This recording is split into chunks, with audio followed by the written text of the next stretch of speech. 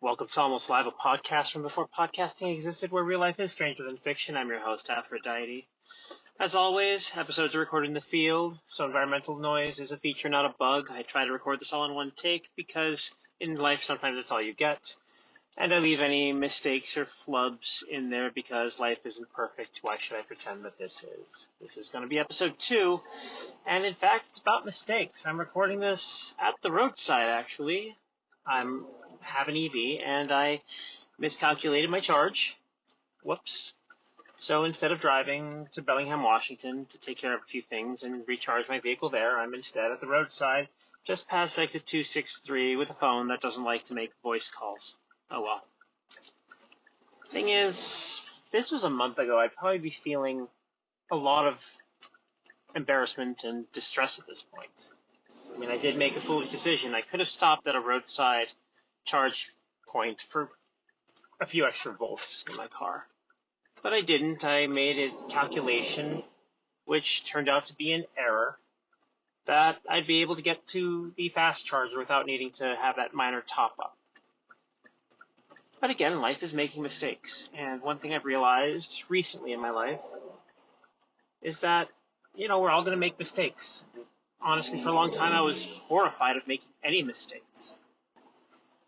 The problem is, when you're horrified of making mistakes, you're horrified of making anything, or doing anything, taking any risks. One thing I've realized is that embarrassment is just another mask that pain wears. And in my life, right now at least, I actively choose to not inflict pain on others and myself. And how that I interpret is a little bit weirder than how some might. But part of that also is that I don't want to feel pain that I don't have to. But that doesn't mean I don't feel discomfort. I definitely feel uncomfortable. The air temperature right now is 4 degrees Celsius. Outside, it's raining because we're in the cold, wet season. But having said that, this is a learning experience for me. Fortunately, I have BCAA, not a plug, just a fact. I'll have a tow that'll take me to a fast charger, God's willing, assuming my car has enough power to properly engage neutral, which, who knows.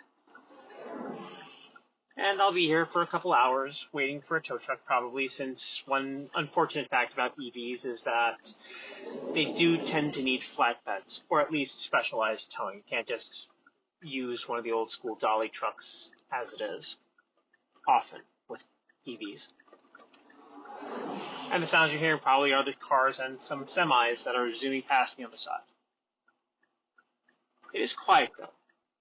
It's not what I expected to be doing tonight. I expected to do a little shopping south of the line. I mean, a lot of Vancouverites will go down to Blaine or Bellingham to pick up meat or milk. I don't really drink much milk, but there's a Trader Joe's in Bellingham, and I like picking up a few small items from there.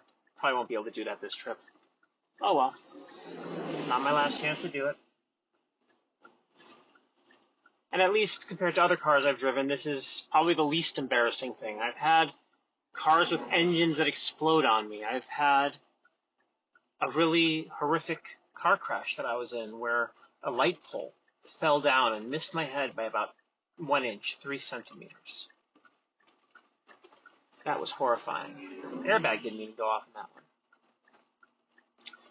But now I look back on these experiences as learning experiences, ways of improving my skills behind the wheel, paying a little more attention to the road and the condition of my vehicle, and, well, at least in this one, paying a little closer attention to the battery level. Because like I said, we're all going to make mistakes in this life. It's a matter of how you come back from them that affects how you live. And like I said, to ground myself in a place and a time, it's 7 p.m. It's a cold night. Temperatures have dropped. Like I said, it's 4 degrees based on my car's odo.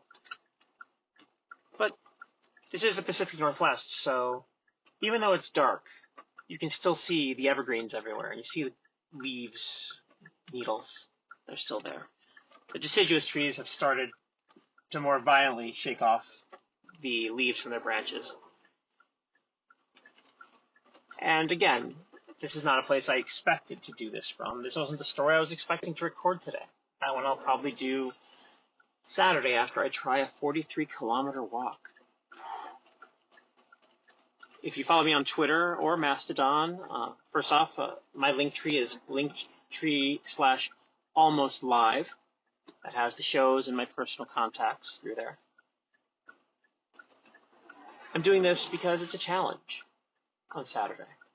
Again, it's another way of trying to confront that feeling of embarrassment and anxiety over doing something that pushes me just a bit outside of my comfort zone.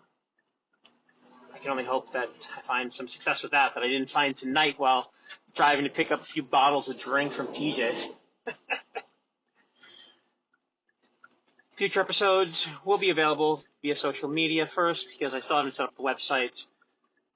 Personal account is graphical, spelled with a K after the C. The show's account on Twitter is Life After Almost. Linktree/almostlive will give you the rest of my socials, and once the website goes up for this program, you'll see it there. So let's not be afraid to make mistakes that we can recover from. Just have to wait another 2 hours for the tow truck to get here. And even though it's cold where I'm at, I hope you have a great rest of your day.